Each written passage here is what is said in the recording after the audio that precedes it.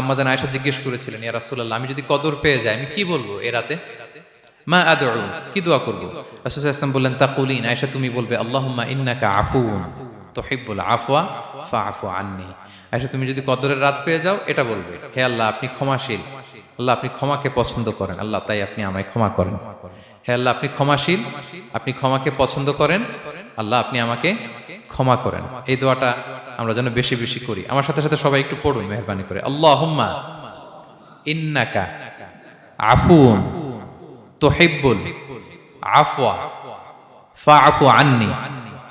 আল্লাহুম্মা ইন্নাকা আফুন তুহিব্বুল আফওয়া ফাআফু আন্নি।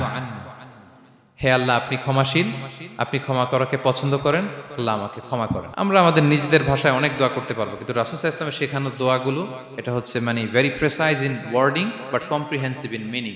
এটার অর্থ, এটার আবেদন এটা অনেক বেশি।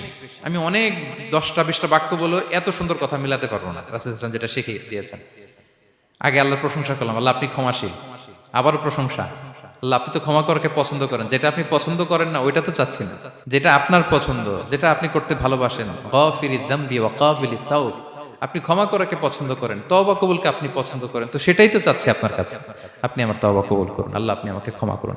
সো এই দোয়াটা প্রত্যেক রাতে যেন আমরা বেশি বেশি করি সম্মানিত সুধী। এবং এই যে রিমাইন্ডারগুলো শুনলাম, এটা রমাদানের পরেও যেন আমরা অব্যাহত রাখি।